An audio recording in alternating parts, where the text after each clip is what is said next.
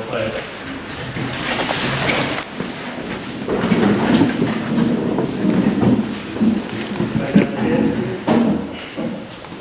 Heavenly Father, we are here again to conduct the business of the City of Van Alstyne City Council.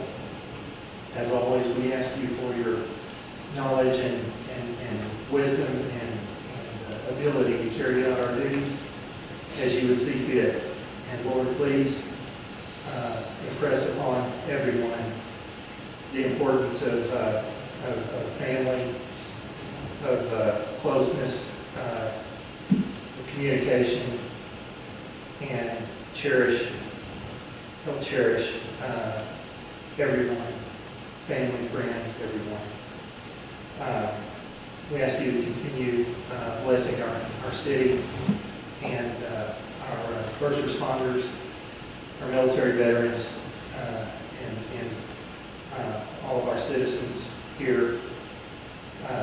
We ask this in your Son's precious name. Amen.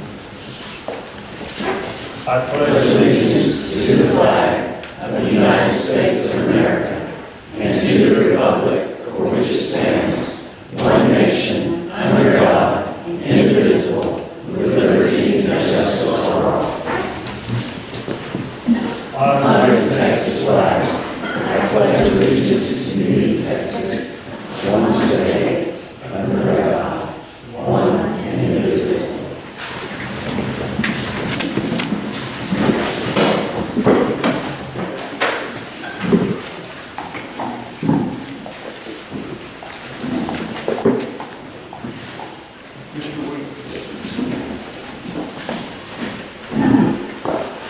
Good evening, Council, Mr. Mayor.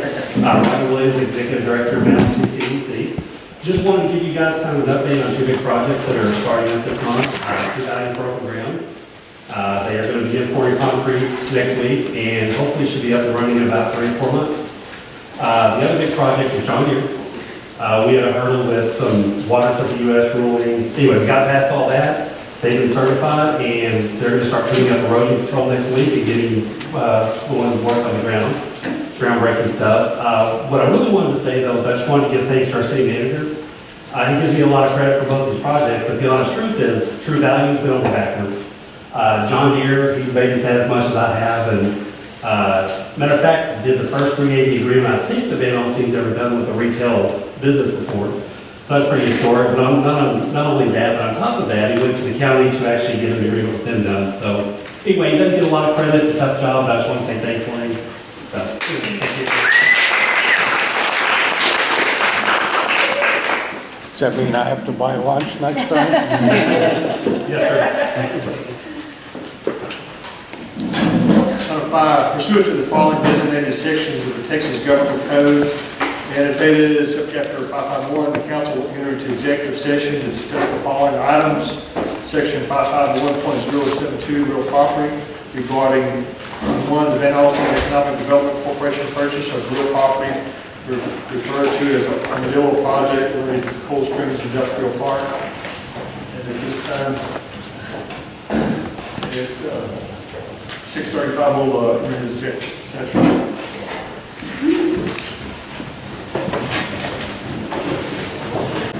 All right, we're here.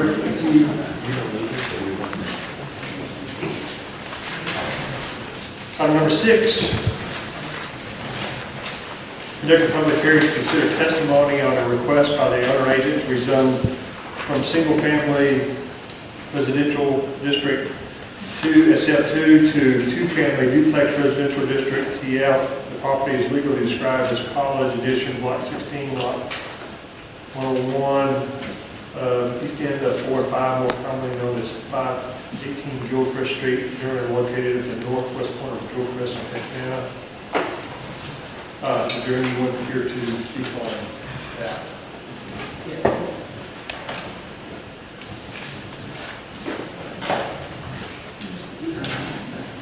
How you guys doing? Yeah, so my name is Boniface Newell, and I'm Say that again, please. Boniface Newell.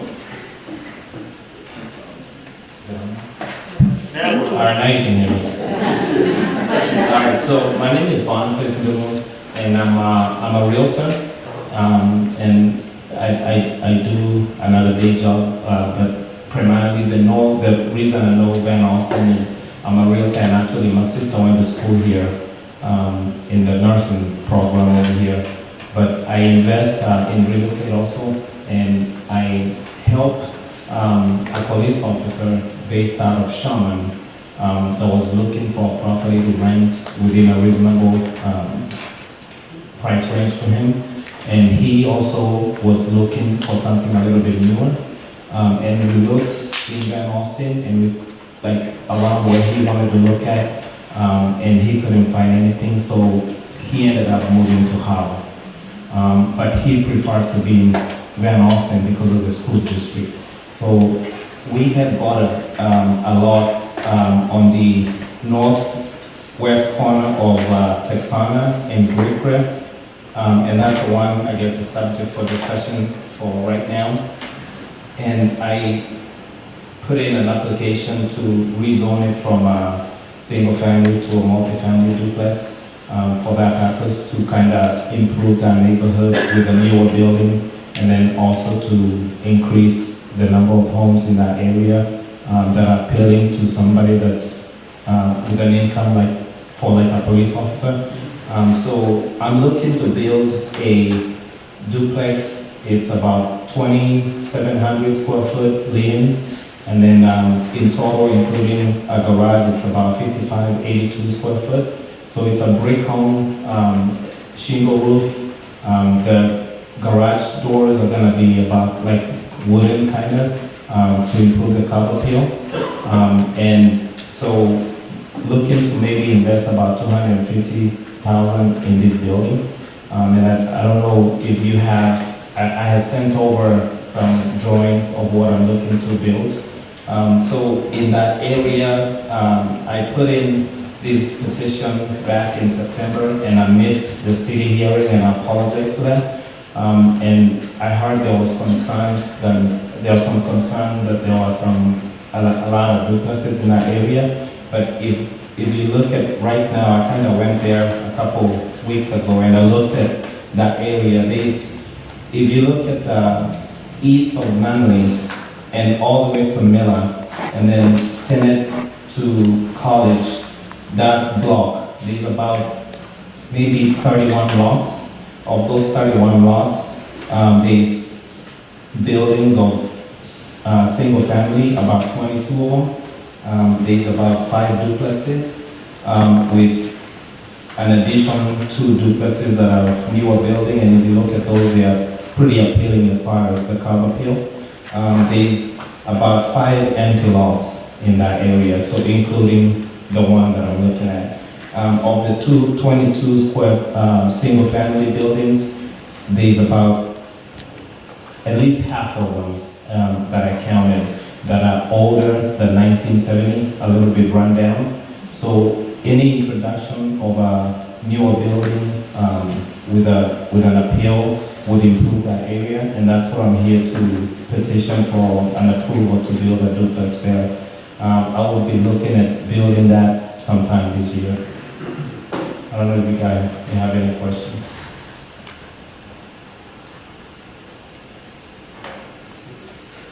All right, thank you.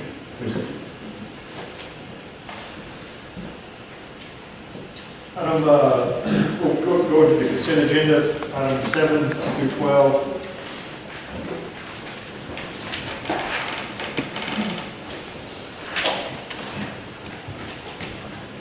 I make a motion to approve all the items on the consent agenda. Have a motion, your second. Second. A motion, second, any further discussion? All in favor, say aye. Aye. Any opposition, like sign? Item number 13, which is considered taking any action regarding a request by the owner agent to rezone from single-family District 1 single-family residential District 2, SF2 to two-family duplex residential District TF. The property is legally described as College District 116, lot 101 of the east end of 4 to 5, more commonly known as 518 Gilchrist Street, generally located at the northwest corner of Gilchrist and Texana. We just spoke about that.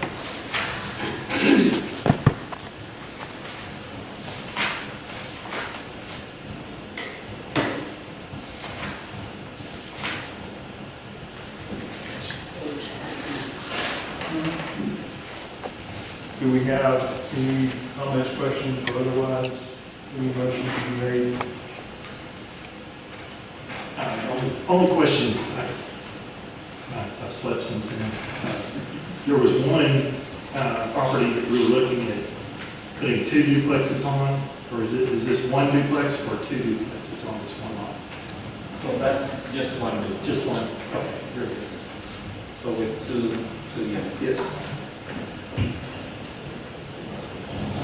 And there are other duplexes in the area?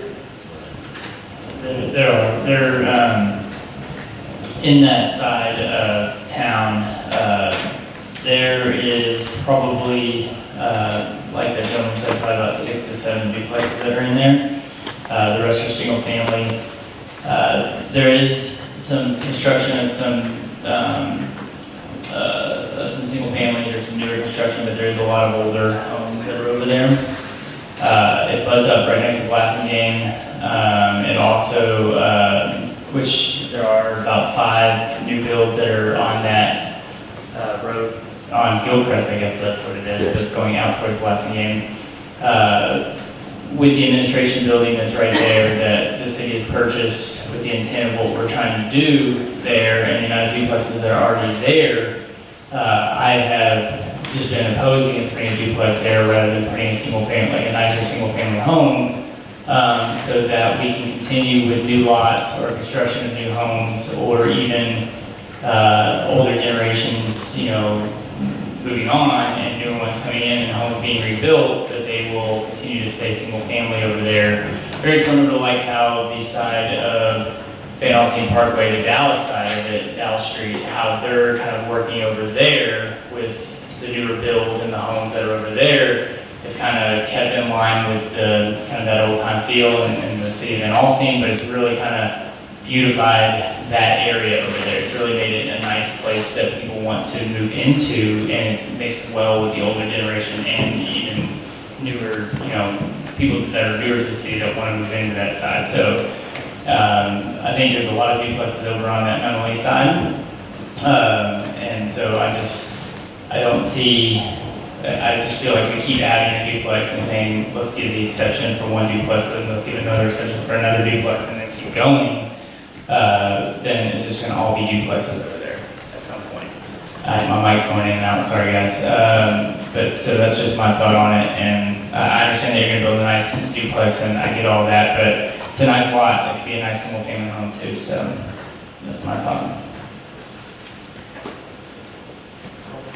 I agree with Ryan. Any other comments? Since there are other duplexes in that area, are there the properties adjacent to the one you're purchasing? Is there duplexes adjacent to your property? Or are the duplexes spread out through? There's one to the north side, and then one right across the street from that property. 2 to the north side, and then one right across the street from that property.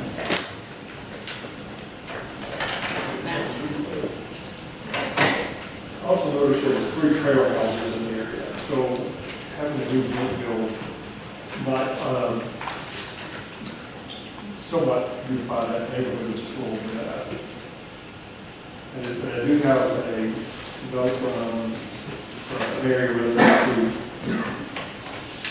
says that they sort of against the zoning change, but it may be bringing on property values, but I don't know that I completely agree with how a new build might bring down property value, but just give them the next what they feel, we respect that also. Mind me, Go ahead. So yeah, so like you said, so there's a duplex on the north side of it that's under construction, but then on the south side of Texana, it's kind of like a mobile home. It's built maybe 1925 from the tax records, and then to the same on the same street, just south of Texana, to the west of the one that's across from me, is another building there that's built in maybe 1969. So if you look at my taxes for the lot right now, last year I paid about maybe 950, 917 taxes, and I don't know if it's the area or what happened, but the city appraiser appraised it this year to where I'm only paying 800 and something in taxes. If you look at the lots on the east side of Gilchrist to Miller and then south of Tasana, there's a lot there that was valued at 23,000 last year, and then this year it's valued at 13,000. And I believe it's just because of the homes that are around there that are a little bit run down.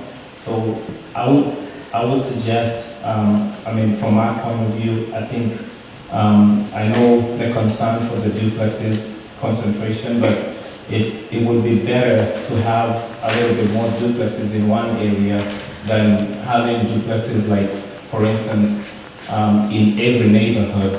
So in this case, there's already duplexes in this area. To add another duplex would be probably better than, like in most cities, what I've seen is duplexes or multifamily are concentrated in one area, and then single families are in a different area. So the exception or the hesitation of building more duplexes in this particular area, I mean, right now, I saw there's about 5 in the section that I pointed out.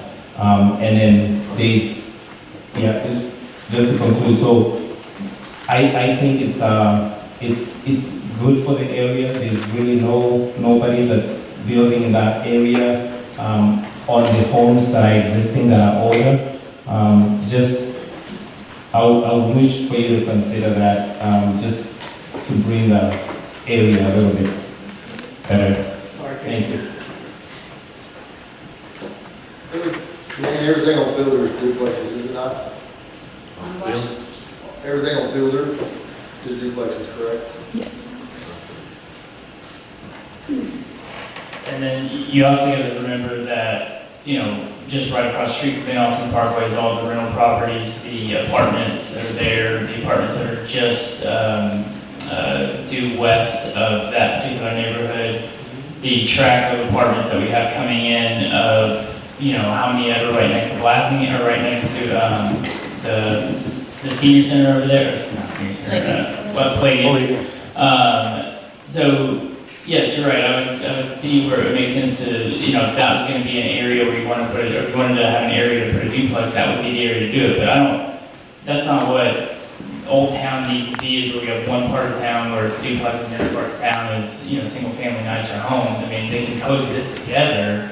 I just think it is going to start to appraise in value and start to grow with the attention to detail and some of the newer homes. And again, it doesn't have to be a 4,000 square foot home right in the middle of that town, but I think bringing families to own here in Van Alstyne in that area is going to be better served for Van Alstyne as a whole in the older parts of town than just having renters coming in and out on a consistent basis, because we already have a ton of places that are rental properties, apartments, and things of that nature that are temporary and not permanent, so.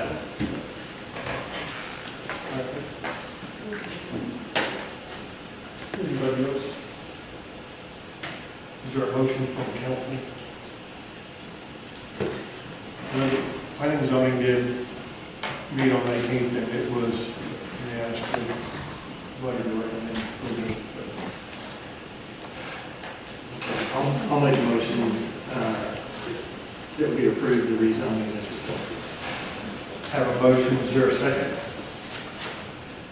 I'll second. Have a motion and a second, any further discussion? All in favor, raise your right hand. All opposed, raise your right hand. Motion carried.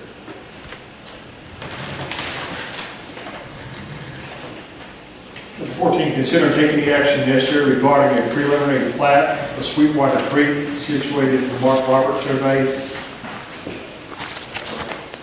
Abstract number 742, the ETJ of Van Alstyne, Collin County, Texas, being a 259.465 acre tract consisting of 841 residential lots, 22 common lots, and 57.97 acres of right-of-way dedication. The subject property is generally located south of FM 3133, north of County Road 428, east of County Road 830.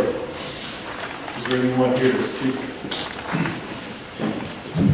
Good evening, Mayor and members of the council. My name is Nathan Thompson. I'm with Peloton Land Solutions. We're at 11,000 Frisco Street, Frisco, Texas. I am an engineer. I'm here representing the property owner, Mr. Steve G. Have submitted this and been working with staff over the last couple months for this 841 lot single-family residential development located on the southeast portion of the city of ETJ down in Collin County. We were in front of P&Z on December the 18th and received approval with some conditions which we marked on the plat and we submitted to the city staff, which Len, your city engineer, has taken a look at and said he received it. So I'm here to answer any questions that y'all may have. I notice you will be drilling your own water well. That is correct. We've had discussions with South Grayson Water Supply out there, and we're unable to come to a tentative agreement on providing water service. So we feel comfortable with the proximity of their major wells and elevated storage that we have adequate water supply for the subdivision. What do you get for fire service? Fire service, we've actually, correct me if I'm wrong, we've have council reach out to the city regarding emergency services. Our intention is to apply to the TCQ for formation of a municipal utility district. Underneath the rules of the TCQ, that municipal utility district does have the ability to contract for emergency services. But similar to, I think you're all probably familiar with the Mantua deal, and that's our intent, is to have something similar in place. So if you guys are planning on forming a MUD and going about it that way, what would be the purpose of approving the plat? Well, I think Without an agreement. that's a question for the attorney.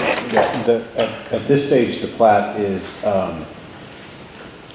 just to see if all the elements have been met, and any kind of development or provision agreement would be negotiated separately from just the approval process.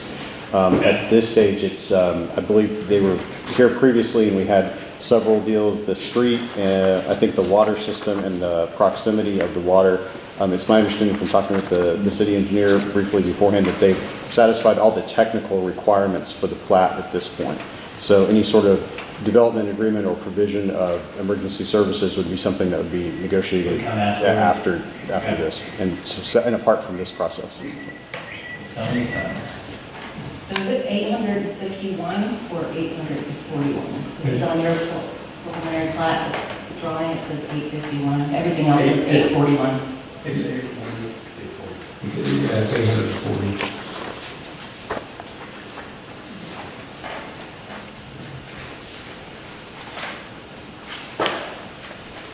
What is your plan for the schools?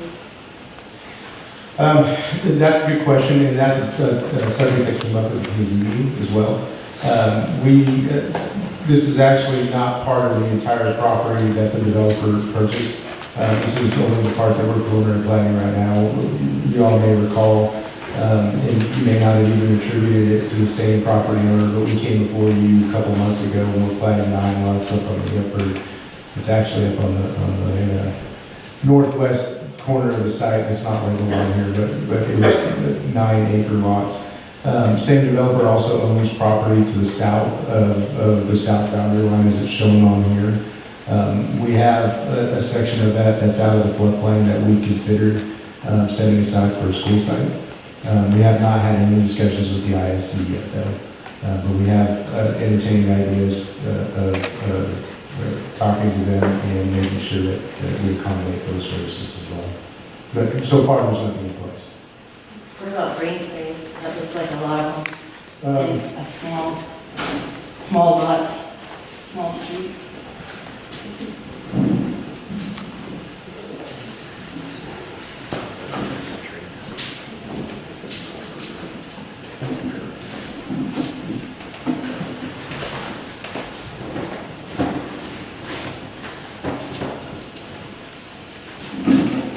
So I don't know if y'all can see that all the way down there, but this is a color graphic exhibit. You'll see on there, there's a large open space that's south of what we're calling Sweetwater Creek Boulevard. That is actually an existing NRCS lake, and the total property there is about 50 acres. Some of it is going to be filled with water all the time, but a lot of it's going to be green space because it's floodplain. We also do have some areas that are outside of the floodplain down there that we plan to put some park facilities in. The total is about 50 acres. What are some areas? Some areas. So, Victor, you said that all of your parks are in the floodplain? Yes, No, if it's not raining, then they have to park. Everybody's swimming and goggles or? no. Well, the reason why I put this up here is there is a parks requirement. We all do have a parks requirement. Where there's, I think on this, there's a dedication requirement of 13 acres that's outside of the floodplain. That we do have. The reason why I say a lot of it's in the floodplain is because it's over 50 acres that we have. And the majority of that's in the floodplain, but 13 acres is out of the floodplain. How big are the lot sizes? The majority of the lots are 50 by 115. There are some of them that are 40 feet wide.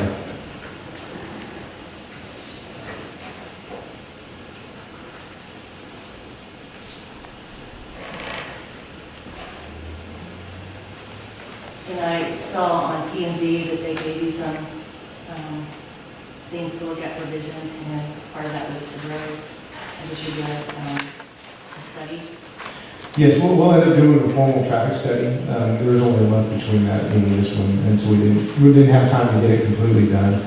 But basically, the concern is underneath y'all's engineering design manual, if traffic counts get above 6,000 vehicle trips per day, then it's required that the roadway go to a 60-foot wide and a little bit wider pavement section. And so that was one of the exhibits that we sent to the city engineer today, just kind of in case it came up. Each lot generates, and this is technical, underneath the transportation manual, each lot generates 9.52 trips per day. So total overall, the 841 lots will generate about 8,000 vehicle trips per day. However, the streets that we're looking at we've got the Sweetwater Creek Boulevard, which is actually going to be a four-lane divided roadway, so it's going to have a lot of capacity. We do anticipate that there's going to be some cut-through traffic because the county roads out there. It's going to be more convenient for traffic going from one side to the other to be able to cut through. But with our 8,000 lots, that street will more than, or I'm sorry, 8,000, our 8,000 vehicle trips per day. That road will more than accommodate. So what the concern from the city engineer was some of the internal streets. And so we took a look at that, and you can't really see it too well, like I said, look at for a second. But this section, got this exhibit. That'll explain a little bit more.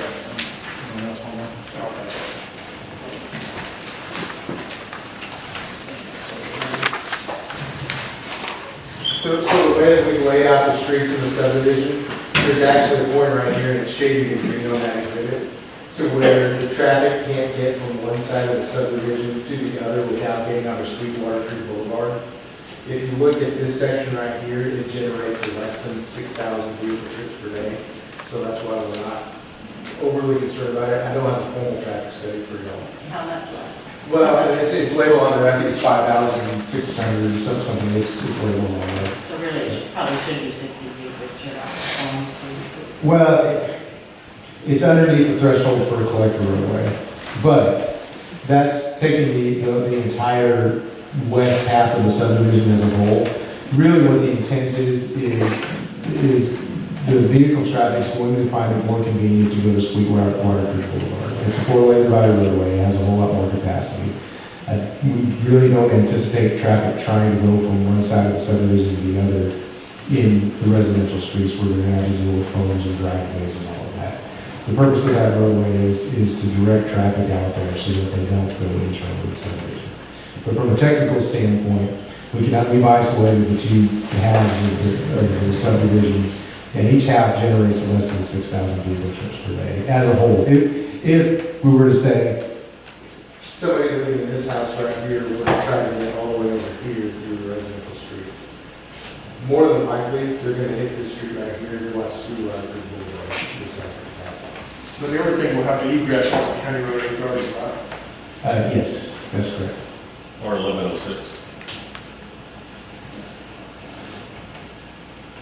Lynn, outside of the roads, is there anything that you're looking at this that concerns you? No, well, like I said, I got this afternoon, so looking at the formal numbers, but the numbers that they have provided are consistent with typical planning exercises, and having the west half separated from the east half and limiting to 6,000. The one road up that kind of does the loop was one of the questions, and then the question along that parallels their major thoroughfare there was the other. But, you know, the numbers that they have provided as of today are less than the 6,000 number, so 50 foot. And that was one of the conditions that we will vet out once they provide details, whether or not they need a 60-foot right-of-way or a 50-foot right-of-way. What about sewer lift station or? That over on the very eastern side, behind that cul-de-sac, they're doing their own treatment plant out that way. What's the capacity? What do you anticipate that the number of users, on each house generates right now? Sure. So we actually applied for and have submitted already for our own wastewater discharge permit. It was declared administratively complete by the TCQ last month. Capacity-wise, what the TCQ and what our permit says is each connection is going to generate 300 gallons per day.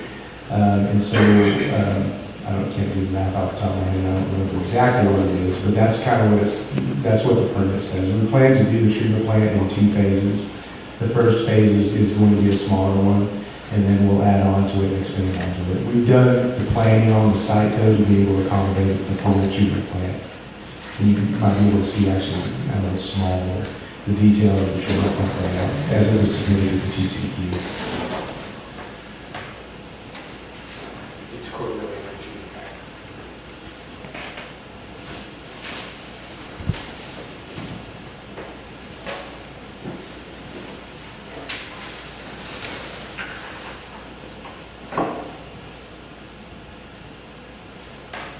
Lee, what's your thoughts?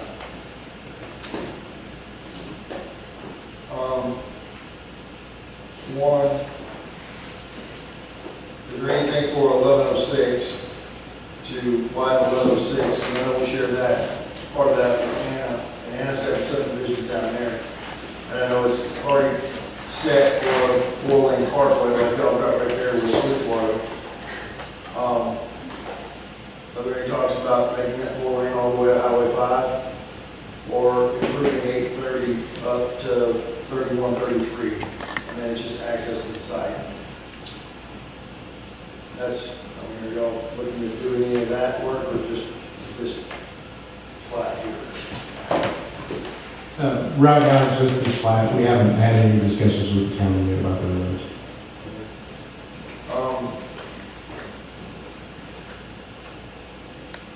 What's your price?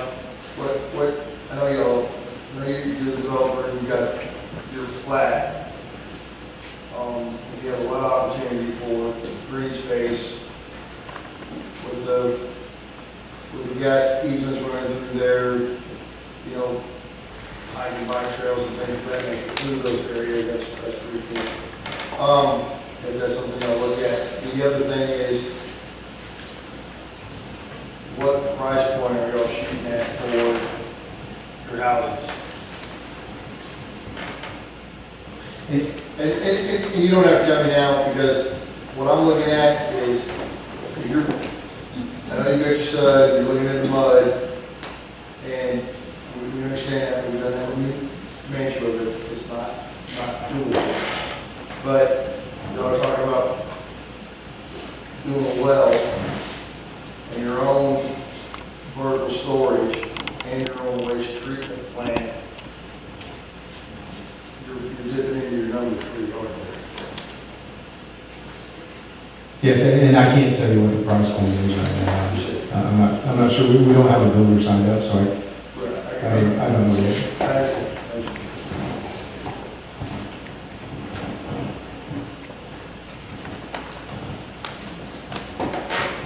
Any other questions? Just to confirm what you said before, you do or do not have a secondary as far as the water well, getting water to it? So that was one of the conditions on the P and Z approval. That was the third condition, was that we meet the requirements of the TCEQ. Our first plan is, there's two different aquifers to go to, and that's what TCEQ requires for connections. For over 250 connections, that you have to, you draw water from two sources. So looking at South Grayson set up the road from us, that's exactly what they did at their water plant site in the water towers. They drilled down to both aquifers to be able to get their two sources. So our first intention is to use that one site to be able to hit both of them. What we may end up doing, though, is depending on the water quality and how deep we have to go, is we could also go a half mile away, which we've got an area on our site to be able to do that, and drill a second well maybe somewhere over on that side, and be able to pipe it back to the water plant site. Just depends on the water quality we get out of the first well. I have a question. So you said that most of the property is in a floodplain? And No. you're building houses in the floodplain? No, only part of the property is in the floodplain. What are you putting on that? When I was talking about the floodplain area, I was talking about the parkland area.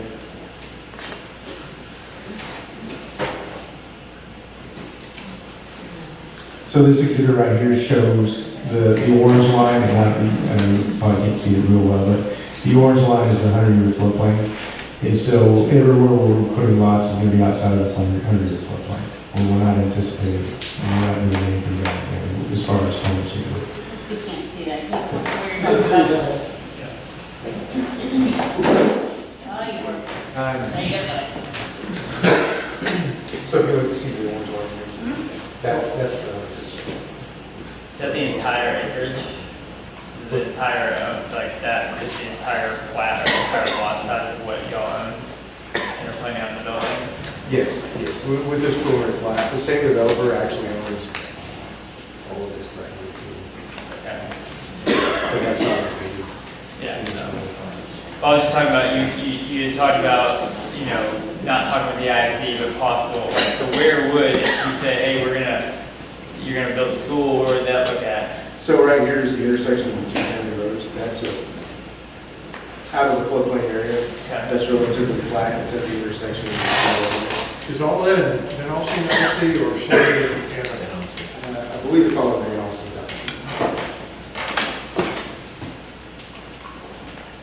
How far out is that off Highway 5 due east? About 5 miles? I want to say it's less than that. I want to say it's About 3. Yeah, from Highway 5, I think it's only about 3. Off of 75, it's probably about 5. 106 is going to take a beat, especially on that curve. From Highway 5 to Sister Grove 3 is about 3 miles. Yeah, I mean, See, 106 really, especially the part they have improved. Well, I mean, 1106 will be improved because they're putting those subdivisions in Anna, right on 1106 right now. So whether it's Collin County coming to y'all and asking y'all to part with it, or y'all asking us, but 1106 is gonna have to be widened. Because what Anna's doing in that area, this plat, not to mention the 1 acre lots there. Yeah, 1106 will take be, that railroad crossing will have to be changed. Yeah. So there's more to it than that. And until 1106 is done, then you're talking 830 going up. And 830 is rough. I mean, this is rough.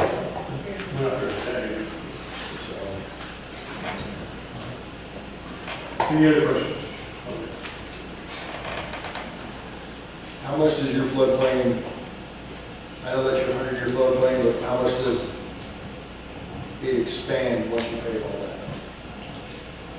that? We're going to be working with the Soil Conservation Service on that lake. One of the things that we're going to be doing is deepening out part of it that's out of the normal water surface elevation to be able to provide additional storage volume. Because detention is an issue that we deal with in development everywhere, not just here. Making sure we don't cause a negative impact downstream. We're very well aware of that. Okay.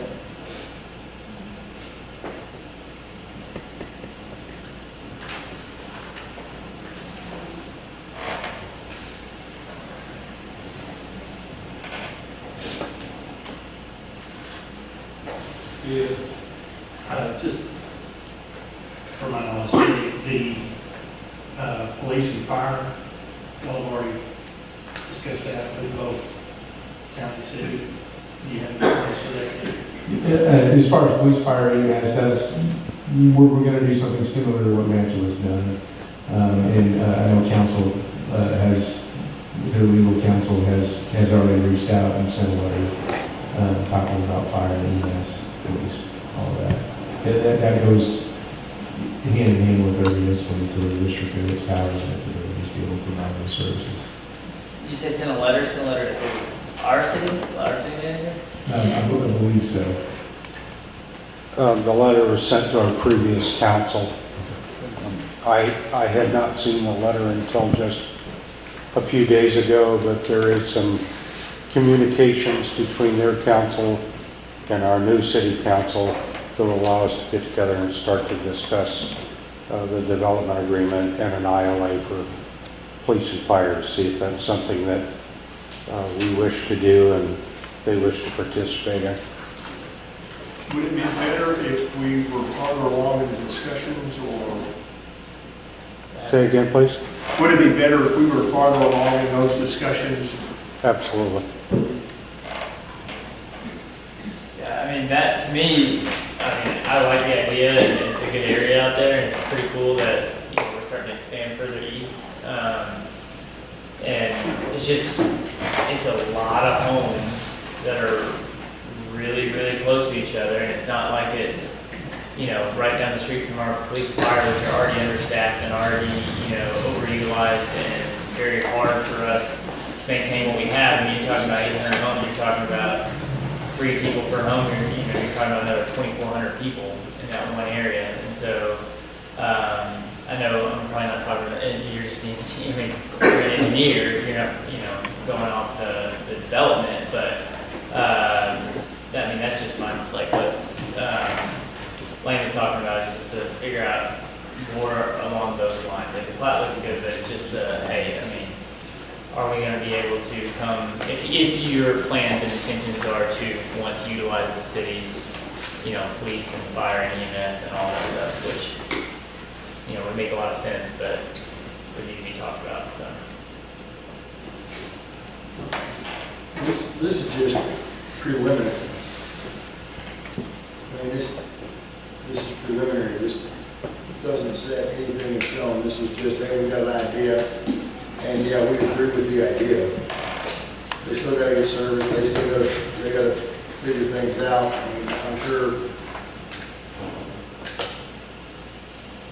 I'm sure digging wells and putting your own vertical storage is not your first choice. You'll do it if you have to, but I'm sure you would love to get a nice 24-inch pipe to run water from someplace. We have explored other options. This is our solution. But that doesn't mean, again, you're right, this is preliminary. So this doesn't set in stone, we're not putting the pipe in tomorrow. We can't put the pipe in tomorrow. No, it's still got a long ways to go.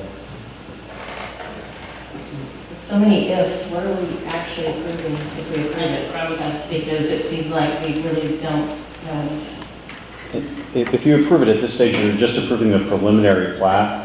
The council member's correct that, and the developer's correct that without a final plat, that's when the development actually starts and the idea is sort of crystallized into the final format. This is just a preliminary plat on these elements that they've brought forward and sort of matching those up to the city subdivision ordinance. Does it meet this list of requirements at this point for this stage of the plat project?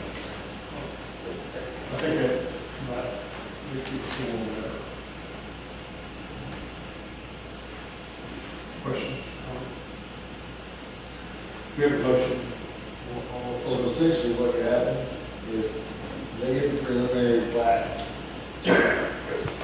We've got this preliminary plat, we've got this idea, we're working with the state, the mud and everything else, please correct me if I'm wrong. Then all of a sudden they've got this preliminary plat, they start pitching it to builders and say, we'll put out one on it. Well, says, you know what, we like it, we like the area, this reminds us we've been building this, but you know what? We want a few wider lots. We need more of this size and less of this size. Well, then they can come through and change up a few things, they may redesign a street or two to fit all that in, get a better matrix for their builder or their end clientele. They're dealing with Grayson County, Collin County, whoever. And then put their final plat together and come back and say, hey, we made a few changes because of this. So, yeah, it's just a preliminary plat. It's not a final. It's their television. Misty Ventura, 9406 Biscayne Boulevard, Dallas, Texas, 75218. I work with Steve G., the property owner, and I agree with you, Councilmember Thomas. This is a preliminary plat.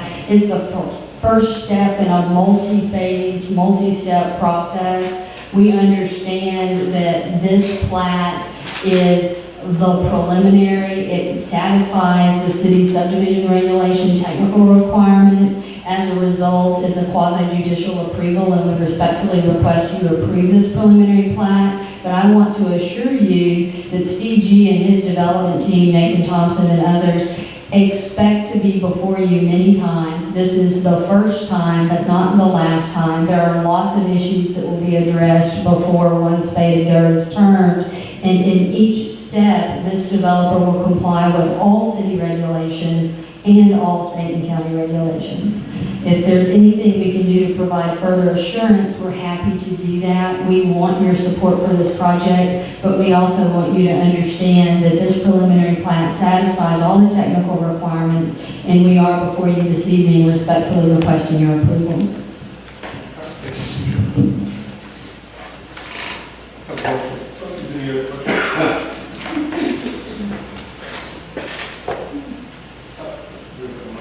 I like motion to approve preliminary plat. We have a motion, is there a second? I'll second. Have a motion, second. Any further discussion? All in favor, say aye. Aye. Any opposition, like sign? Thank you very much, appreciate your time.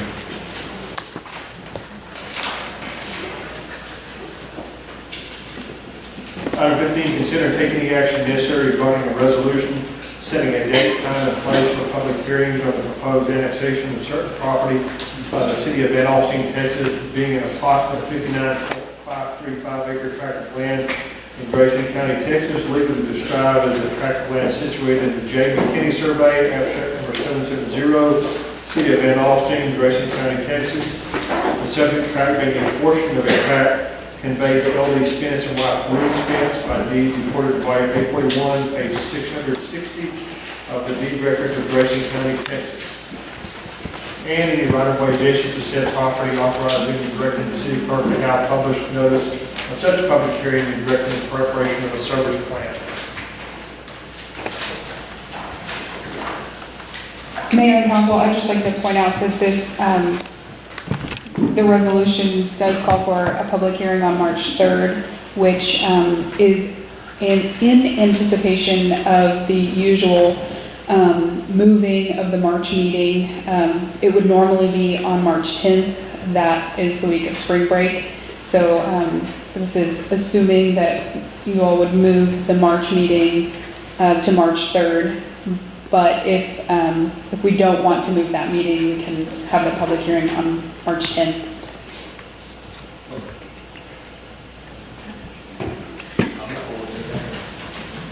That's it, I'm good with March 3rd.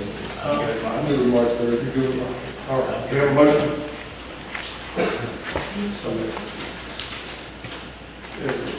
Motion second, so second, and all in favor, say aye. Item 16, any opposition? Item 16.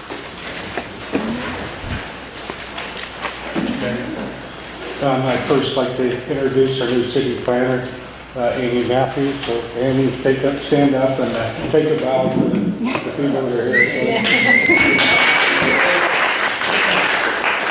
I'm very excited to have her here. She's been a senior planner in Little Elm during the time of their rapid growth.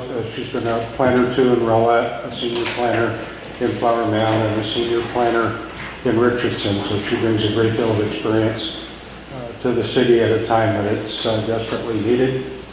The city will be placing a job posting seeking a public works director to replace the position previously filled by Mr. White. Mr. White resigned in early December, and currently Justin Johnson is serving as the interim public works director until such time as we can have a replacement found. The job description has been redrafted. We'll be seeking a candidate with a degree in engineering to serve in the role of public works director as we move forward. WRA, an architectural firm, has been selected to do the site study analysis for the proposed municipal complex. Goal setting meeting has been scheduled for January 29th to establish what the goals are for the project. Several stakeholders have been invited to attend the initial meeting that include users of the facility going forward, along with a few members of council. Pacheco Koch has been selected to take our plans for the downtown central social district to the next stage of architectural planning.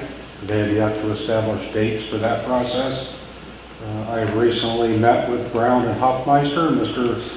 Mark Hauser, to brief him a 4-hour work session on ongoing negotiations with Risland. As a result of that meeting, we've scheduled a follow-on meeting for tomorrow with the Risland folks to work through some additional issues. And as pointed out earlier, I attended the Grayson County Commissioners Court and begged and pleaded for a 381 agreement that offered a sales tax incentive, or excuse me, a property tax incentive to United Ag and Turf, and they concurred with that.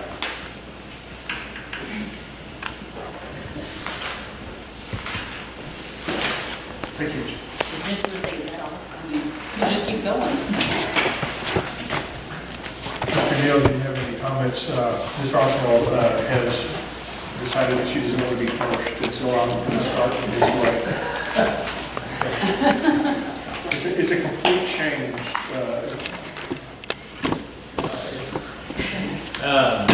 Thank everybody for coming out. I don't know how to word this correctly, but it just, Jaska and his family, just if anybody gets a chance, just, you know, give them a hug, tell them you love them. We are a town that's smaller in a community, and so, you know, we just, when somebody's going through something, you know, we need to reach out to each other and be there for each other. And so just to get a chance, just give Jessica a hug. That's all on that part. And then for our city staff and just all of our departments and everything, just thank you all so much for everything that y'all do. We have progressed a lot over the last 2 years to get to this point. And I think Lee mentions this every time, it's just going to keep coming. So please keep showing up, getting involved, and asking questions, because this is y'all's town. Again, we speak for you guys, and so that's all I have to say. Thank you.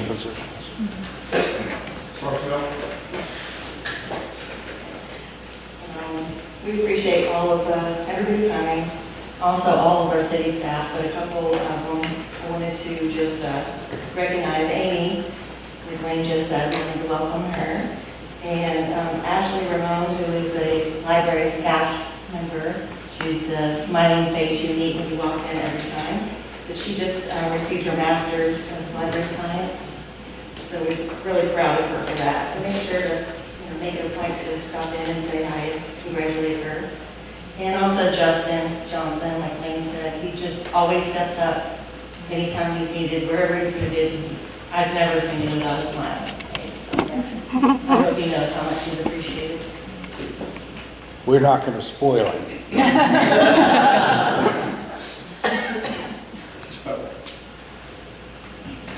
Like everyone said already, we just really appreciate everybody coming out. It's nice to see some, I don't want to say it that way, some people in the seats, how we normally do, but we just really appreciate it. And I really enjoyed getting to know everybody, like Justin and just everybody. It's been a great experience, and just thank y'all for coming.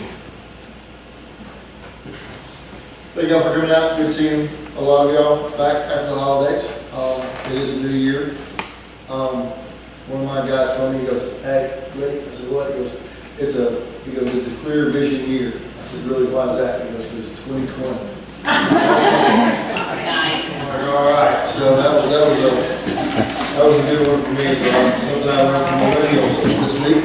So, but no, it is something else.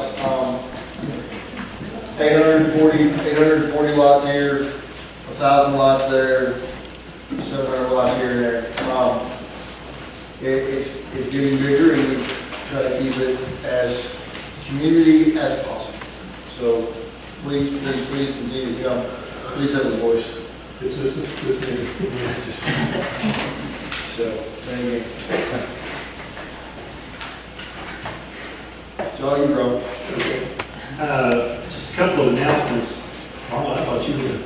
I was like, I'm not going to stay your thunder. No, the community, chamber breakfast in the morning.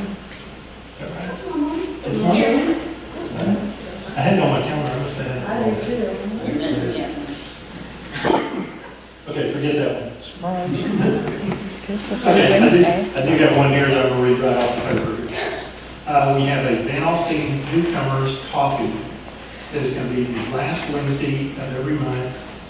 The first one is going to be January 29th from 8:30 a.m. to 9:30 a.m. here at City Hall. And it's for people new to Van Alstyne or have lived here for a year or so and would like to get better acquainted and connected within the city. This is the first month we will be having it. We will be setting up some late afternoon gatherings for those that work. And as always, thank everybody for being here. We thank our city, our citizens, our small businesses, all of our volunteers, our wonderful volunteers. Thanks city staff, everyone that participates here. And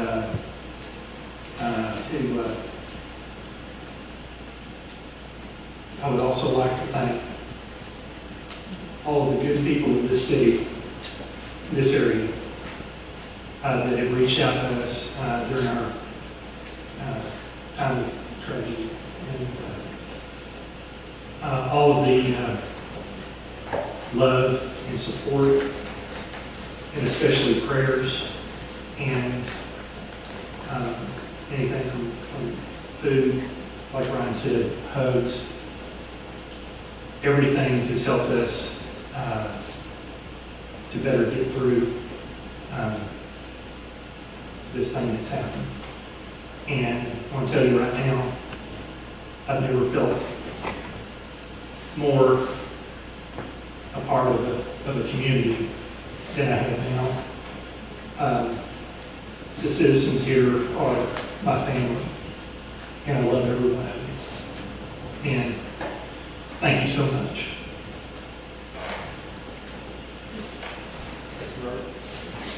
Well, as we've seen tonight, many new things on the horizon, from multi-housing development to a single one in town. It all changes the makeup of our town. But the reoccurring theme you've heard from each and every one is it is still a community, we're still tight-knit. And I don't think we can stress that enough. It is what makes us, I don't want to say unique, but it's what binds us together.